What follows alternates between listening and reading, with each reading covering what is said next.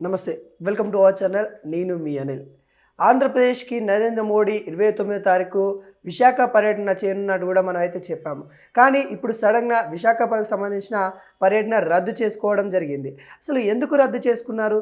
నరేంద్ర మోడీ గారు మరి విశాఖకు సంబంధించిన అభివృద్ధి కార్యక్రమాలు శంకుస్థాపన చేయడానికి మరి తనైతే వస్తా ఉన్నారని కూడా ప్రచారమైంది. దానికోసం అధికారులు కూడా మొత్తం రంగం సిద్ధం చేసిన తర్వాత నరేంద్ర మోడీ గారు మరి ఆంధ్రప్రదేశ్ విశాఖకు సంబంధించిన పర్యటన రద్దు చేసుకోవడం అయితే జరిగింది. దాని వెనకాల అసలు కారణం ఏంటి? నిజంగానే మరి ఏమైనా కారణాలు ఉన్నాయా అనేది ఇంకా మనకు ఒకసారి ఆలోచించుకున్నట్లయితే దక్షిణ బంగాళాఖాతంలో తీవ్ర అల్పపీడనం వల్ల రాబోయే 24 గంటల్లో తీవ్ర వాయుగుండంగా మారే అవకాశం ఉందని ఐఎండీఏ వెల్లడించింది. ఈ ప్రభావితంతో దక్షిణ ఉత్తర కోస్తా భారీ వర్షాలు కురిశాయని, ఏపీకి తుఫాన్ ముప్పు ఉందనే నేపథ్యము ఈ నెల 29వ తారీఖు జరగనున్న నరేంద్ర మోడీ పర్యటన రద్దు అయిందన్నట్టు కూడా మనకైతే చెప్తా ఉంది. దక్షిణ బంగాళాఖాతంలో ఏర్పడిన తీవ్ర అల్పపీడనం వల్లనే మరి వస్తలేడు. అది అల్పపీడనం కాస్త తుఫాన్గా భారీ తుఫాన్గా మారే అవకాశాలు ఉన్నాయి. కాబట్టి నరేంద్ర మోడీ పర్యటించనున్న విశాఖ పర్యటన అయితే రద్దు అయినట్టు కూడా మనకైతే క్లియర్ కట్గా తెలుస్తూ ఉంది.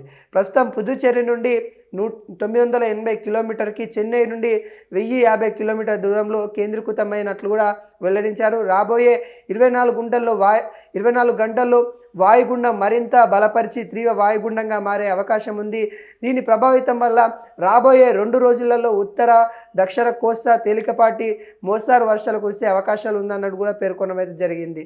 వాతావరణ శాఖ అధికారులు వెల్లడించిన తర్వాత వాయుగుండం ప్రభావితం బుధవారం నుండి శనివారం వరకు కోస్తాంధ్ర జిల్లాలో కొన్ని చోట్ల భారీ నుండి అతి భారీ వర్షాలు పడే ఛాన్స్ ఉంది. కాబట్టి మరి నరేంద్ర మోడీ గారు అక్కడ రోడ్ షో చేయాలనుకున్నారు. అక్కడ సంబంధించిన రైల్వేకి సంబంధించిన అక్కడ శంకుస్థాపన చేయాలని అనుకున్నాడు. అక్కడ ప్రాజెక్ట్ వర్క్, రైల్వేకి సంబంధించిన ప్రాజెక్ట్ వర్క్ గురించి కూడా తను చాలా కార్యక్రమాలు అయితే చేసుకున్నారు. కాకుండా ఈ వర్షం కారణంగా తన పర్యటన అయితే రద్దు కావడం అయితే జరిగింది. ఈ నెల 26 నుండి 28 వరకు దక్షిణ కోస్తా రాయలసీమలో వర్షాలు కురుస్తాయి. 28, 29 నుండి నెల్లూరు, ప్రకాశం, తిరుపతి, శ్రీకాళహస్తి, కాకినాడ, అనకాపల్లి జిల్లాలో వర్షాలు కురిసే అవకాశాలు ఉందని వాతావరణ శాఖ పేర్కొంది. తీర ప్రాంతాలకు గుండా 45 నుండి 55 కిలోమీటర్ వేగంతో ఈదురుగాలు కూడా వీస్తాయని కూడా చెప్పడంతో వాయుగుండం నేపథ్యంలో దక్షిణ కోస్తా తీరంగా మత్స్యకారులు వేటకు కూడా వెళ్ళొద్దని వాతావరణ శాఖ హెచ్చరించింది. ఇప్పటికే కోస్తాంధ్ర ఓడరేవులు ఒక నెంబర్ ప్రమాద హెచ్చరిక కూడా ఇచ్చినట్టు కూడా తెలుస్తూ ఉంది. అల్లకల్లంగా ఉంటుంది. కాబట్టి దక్షిణాంధ్ర కోస్తా రైతులు అప్రమత్తంగా ఉండాలని కూడా కోతల చేపట్టుకోవాలి. ఇప్పటికే ఏదైతే కోతల సమయం కాబట్టి ఖచ్చితంగా మీ పంటలు కోతలు చేసుకొని మీరు అప్రమత్తం అవ్వండి అన్నట్టు కూడా రైతులకి సూచించినట్టు కూడా తెలుస్తూ ఉంది.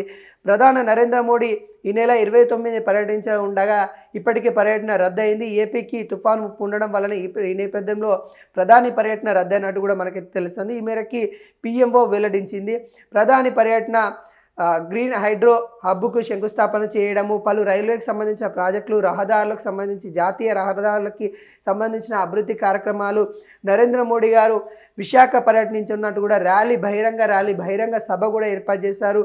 ఈ సభ నుంచి ప్రధాని అభివృద్ధి కార్యక్రమాలు, సంక్షేమ కార్యక్రమాలు కానీ శంకుస్థాపన చేయబోతున్నట్టు కూడా మనకైతే నిన్న వచ్చిన వార్త. కానీ ఈ రోజున తను పర్యటన రద్దు చేసుకోవడం జరిగింది. ఏదైతే బహిరంగ సభ ఆంధ్ర యూనివర్సిటీలో ఇంజనీరింగ్ కళాశాలలో గ్రౌండ్లో ఏర్పాటు చేసేకి అధికారులు అయితే సన్నాహం చేసినప్పటికీ కూడా అక్కడ పనులు కూడా నిలిచిపోవాలని కూడా అన్నట్టుగా ఆదేశాలు అయితే ఇవ్వడం జరిగింది. దీనికి మొత్తం కారణం బంగాళాఖాతంలో ఏర్పడిన అల్పపీడన ఇంకా బలంగా వాయుగుండంగా మారే ఛాన్స్ ఉంది. మరి వర్షం ఎక్కువ ఉండే తీవ్రత కనబడతా ఉంది. కాబట్టి నరేంద్ర మోడీ గారు మరి పర్యటన రద్దయినట్టు కూడా క్లియర్ కట్గా తెలుస్తూ ఉంది. అక్కడ ఏవైతే సంక్షేమ కార్యక్రమాలు కానీ ఒకవేళ నరేంద్ర మోడీ గారు అవన్నీ శంకుస్థాపన అదే రోజు చేయాలని అనుకుంటే వర్చువల్గా, అంటే తను ఏదైతే ఢిల్లీలో ఉంటేనే తను వర్చువల్గా మాత్రం శంకుస్థాపన చేసే కార్యక్రమాలు చేయొచ్చు. కానీ ఇంకా తీవ్రంగా అల్పపీడనం ఏర్పడి వర్షాలు బాగుంటే తనకి పోస్ట్ పోన్ చేసే ఛాన్స్ అయితే మనకైతే క్లియర్ కట్గా కనబడతా ఉన్నాయి. దీనికి మొత్తం అంటే ఇక్కడ రాజకీయ కోణం అయితే ఎటువంటి కోణం లేదు. కాకుంటే దక్షిణ బంగాళాఖాతం తీవ్రంగా అల్పపీడనం ఏర్పడడం వల్ల వర్షము తుఫాను ఉంటుందని చెప్పడం వల్ల, తుఫాను భారీ స్థాయిలో ఉండడం వల్ల రాబోయే 2 రోజులలో ఆంధ్రప్రదేశ్ కూడా కొంత పెనుముప్పు ఉన్నట్టు కూడా చెప్పడం అయితే జరుగుతుంది. ఇప్పటికే మత్స్యకారులకి, రైతులకి సంబంధించిన వ్యాపారులకు కూడా కొంత హెచ్చరిక అయితే జారీ చేశారు. ఎవరైతే మత్స్యకారులు సముద్ర మార్గంలో వెళ్ళి చేపలు పట్టుకునే వాళ్ళకు కూడా హెచ్చరిక 1 కూడా ఇచ్చినట్టు కూడా తెలుస్తా ఉంది.